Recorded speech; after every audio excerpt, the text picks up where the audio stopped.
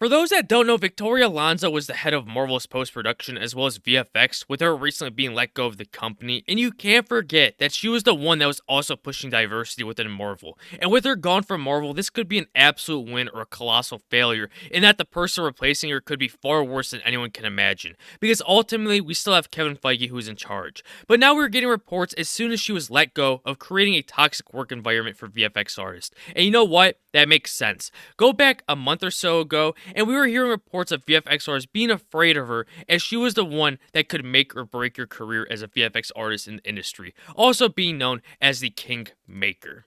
Report MCU co-founder created Marvel's toxic VFX work environment. A new report claims that former Marvel Studios executive Victoria Alonso was responsible for the company's toxic VFX working conditions.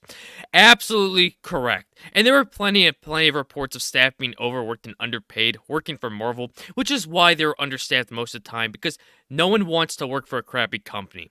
And you also can't forget that budgets have been cut substantially for CGI, and Victoria Alonso was the one who led the VFX department. And we know how that has been going with Marvel, especially when it comes to CGI, but even post-production is terrible, as with the Marvels being delayed up to 5 times already. Another failure for the company, but it does seem that Victoria is one that is getting most of the blame out here than anyone else when it comes to Marvel's failures, being essentially the fall guy.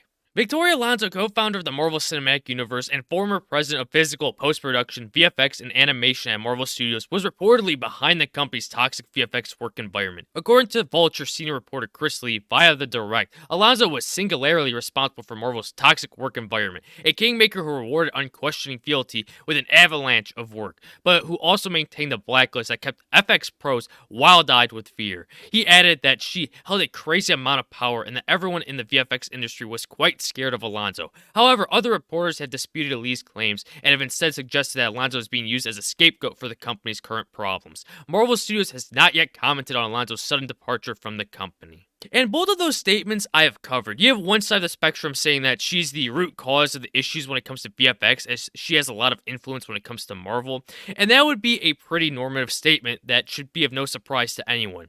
And then on the other side, you're having people saying that she's being used as a scapegoat, as the article says, which I do think is true to an extent, being shown as the root problem, even though that is far from the case, as you have Kevin Feige, who runs the company, as above Victoria Alonso. And you can't forget about Disney, in which they own Marvel. These ideologies run much more deeper than anyone knows. And just because one part of the machine is possibly being repaired doesn't mean the rest of the machine is all fine and dandy. And who knows, they could replace her with possibly someone even more worse. Prior to her departure on March 17th, Alonso had been with Marvel Studios since 2006, beginning as the company's chief of visual effects and post-production, and ending as its president of physical, post-production, VFX, and animation. While no reason has been given for her sudden resignation, it is possible that changes are being made internally at Marvel Studios after its Phase 4 titles received criticism for unpolished visual effects. As recently as January this year, Alonso came under fire for reportedly being the reason some VFX companies would never work with Marvel again. Other visual effects artists have called Marvel Studios their worst client,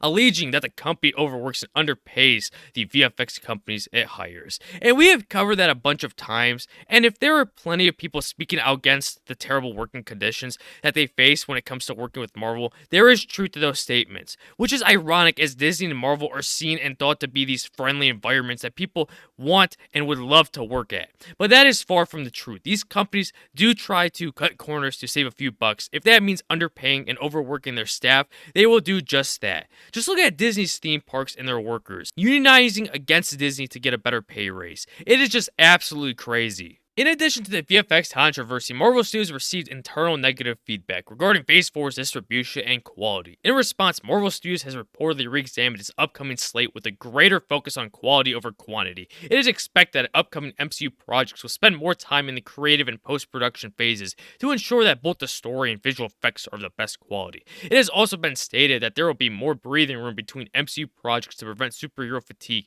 in audiences.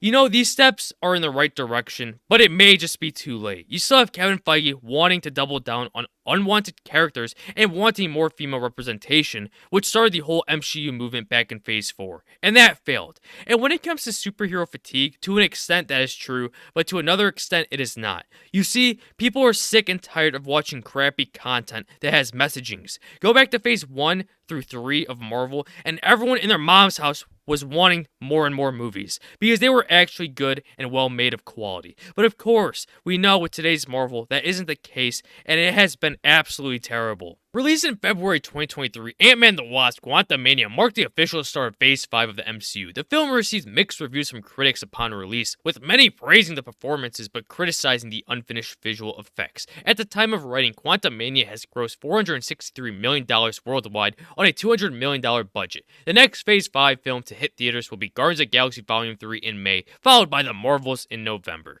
And oh boy, the Marvels is going to be an absolute fucking failure. And this is what I hate about these sites. They don't account marketing into the budget, making it seem that Ant-Man 3 is doing ginormous amounts of numbers when that isn't the case. You have to add in at least another $100 million into that budget just for marketing. And on top of that, you can't forget that movie theaters also take a cut of the revenues that these movies generate, and it doesn't all go towards Marvel. And theater cuts increase even more overseas, where it can go as high as 70% and Marvel only gets the other 30%. That should put things into perspective as to how terrible Ant-Man 3 is doing.